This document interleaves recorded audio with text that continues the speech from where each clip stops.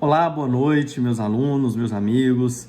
Tudo bem com vocês? Excelente segunda-feira, uma excelente semana para cada um de vocês. Estou aqui cumprindo o combinado que eu tenho com vocês de estar sempre trazendo conteúdos novos, interessantes, aulas rápidas aqui neste canal.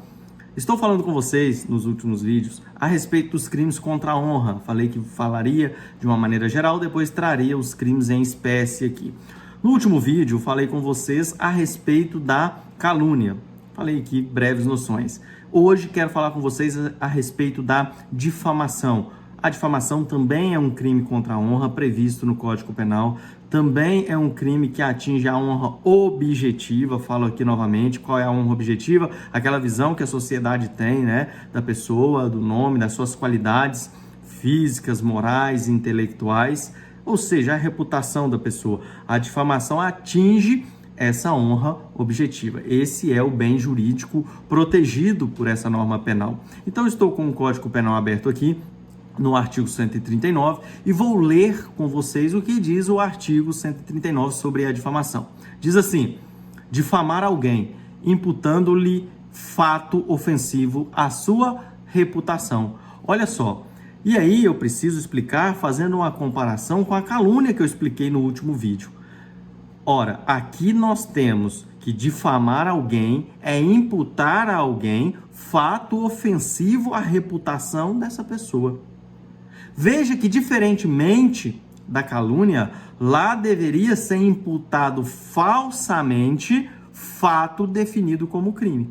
Aqui na difamação, e é difamação mesmo, tá, gente? Não é não, às vezes a pessoa chega e fala assim, olha, eu vim aqui uma defamação, quer falar bonito e fala defamação. Não, o próprio Código Penal fala é difamação mesmo, é DI, difamação, difamar alguém. A difamação não se exige que o fato seja falso, importantíssimo isso, e nem que seja definido como crime. Eu preciso também de um fato. Então, lá na calúnia, expliquei para vocês que eu preciso do quê?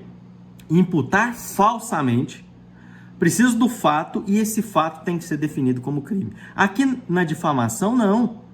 Eu preciso de um fato, imputar a alguém um fato, né? Então tem que ser algo determinado, um fato determinado, certo, como lá na calúnia, mas não precisa ser falso. Não precisa ser definido como crime. Então, aqui veja que é mais amplo. É um fato que vai manchar a reputação daquela pessoa. Vai manchar a honra objetiva daquela pessoa. Vamos a um exemplo. Para vocês verem que precisa de um fato. Não basta eu apontar aí uma situação genérica. Uma determinada briga entre duas mulheres. Em determinado momento, uma chama a outra de prostituta, querendo xingá-la com esse adjetivo. Ora, prostituta? Isso seria difamação? Para quem não tem conhecimento técnico, erraria na hora da prova. Tipificaria de maneira incorreta. Não, não é. Porque não é um fato determinado. Pode cair no crime de injúria, que é o último crime que nós vamos ver contra a honra no próximo vídeo. Mas difamação não. Difamação eu preciso de um fato. Então, se eu falo, ou vou pegar ainda a briga entre duas mulheres, olha, você toda sexta-feira você está lá no posto Trevão vendendo seu corpo. Opa, veja que eu tenho um fato. Ela falou dia, falou o horário aproximado, falou qual era o fato que ela fazia que é ofensivo à sua reputação. Isso é difamação. Percebam a diferença? Tal como eu falei na calúnia, chamar de ladrão não é calúnia. Mas eu imputo ali qual foi o momento, o que foi subtraído, onde, como foi, passa a ser calúnia se for falso. Então aqui, por que eu citei o fato da prostituição? Porque no Brasil, prostituição, por si só, não é crime. É crime se prostituir? Não. Então veja, a pessoa não está imputando a ela um fato definido como crime. É difamação. E se for falso? E se for verdadeiro? Não importa. Vejam que o tipo penal, que o preceito primário, ele não adota a expressão falsamente. Não precisa ser falso.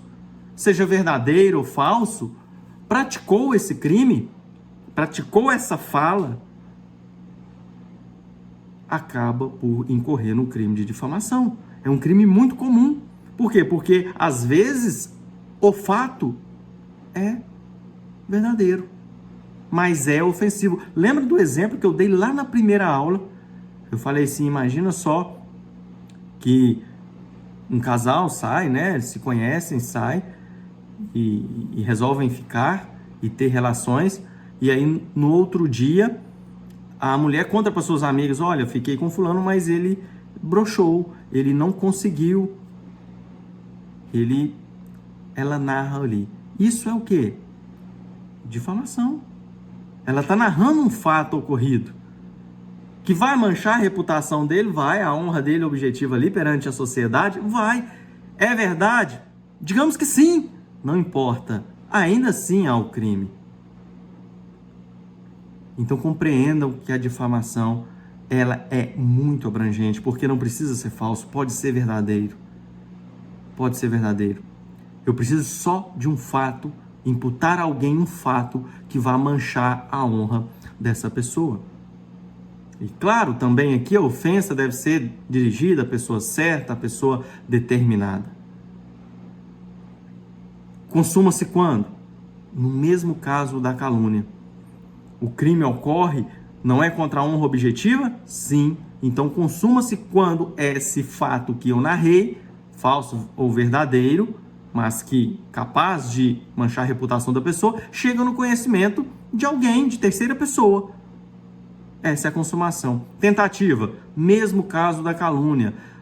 Essa difamação verbal não é possível. Eu falo ou não falo de alguém, mas com o avanço da tecnologia, por exemplo, no meio escrito, eu faço difamação contra alguém por uma carta, a carta é extraviada. A doutrina aponta, parte da doutrina, que nesse caso há a tentativa do crime. Então, falo a mesma coisa da consumação e tentativa que eu falei lá na aula passada, com relação à calúnia, cabe aqui também. Com relação à exceção da verdade, falei no vídeo passado, o que é exceção da verdade? A pessoa provar que aquilo que ele falou lá na calúnia era verdade, porque se for verdade não é crime, afasta o crime, porque imputar falsamente no caso da calúnia. Aqui não é cabível a exceção da verdade como regra. Por quê? Porque tanto faz ser verdadeiro ou falso. Não cabe você falar, deixa eu provar que ele realmente, né, o fato que eu narrei aqui, ele realmente broxou lá na hora. Deixa eu provar que de fato a pessoa está fazendo programa lá no posto. Não importa. Não tem que provar nada, é verdadeiro ou falso, o crime já aconteceu. Então, via de regra, não é cabível a exceção da verdade. A lei traz uma exceção a essa regra. Ou seja, é cabível a exceção da verdade se o fato for relativo ao funcionário público, relativo à função dele de funcionário público. Ou seja, cabe a exceção da verdade nos casos em que está se envolvido, tem se falado do funcionário público e essa ofensa é relativa à sua função pública. Então, mesmo que não seja crime, você pode ali provar a verdade. Como assim? Ora, esse fundamento, né, se fundamenta essa exceção no dever, no direito de fiscalização, de crítica que a sociedade tem dos agentes públicos, que esses exerçam corretamente a sua função pública. Trata-se de um interesse coletivo de ver o serviço público sendo executado da maneira correta e todos os seus princípios, né? Ali a moralidade, a eficiência. Então, vamos lá. Vamos pegar um exemplo. Imagine que você é dono de uma oficina de bicicleta. Você conserta as bicicletas ali. E aí alguém espalha uma conversa que todo dia de manhã você abre a sua oficina de bicicleta e ingere bebida alcoólica e está trabalhando bebendo. Isso é crime? Beber, o seu ato ali, imagina que seja verdade. Beber é crime no trabalho? Não, nesse caso aí não. Não temos nenhum crime tipificado, né? Falando, é crime beber no local do trabalho. Em regra não, você é um particular. Então, se a pessoa falar isso de você, ela vai estar praticando a difamação, sendo verdade ou mentira. Agora, imagina no meu caso. Eu sou funcionário público, eu sou o delegado de Polícia Civil, e alguém fala, olha, esse delegado chega todo dia cedo na delegacia, já aparece meio embriagado, e ele tem uma garrafa de pinga na gaveta dele e ele trabalha bebendo. Isso é crime? Em regra, não, também não. Mesmo eu sendo funcionário público, se eu beber no horário de expediente, não há crime aí, né?